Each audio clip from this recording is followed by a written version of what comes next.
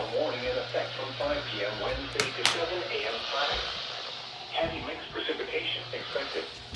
Total snow accumulation of 4 to 8 inches and ice accumulation of up to 1/10 of an inch. Winds gusting as high as 35 miles an hour. Travel could be very difficult to impossible. Patchy blowing snow could significantly reduce visibility.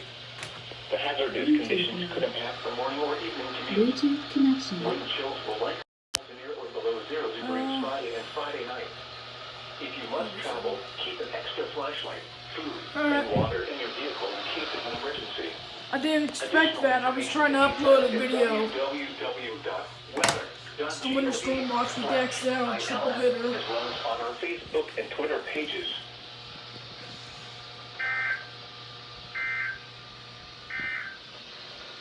Here are the 3 p.m. weather conditions.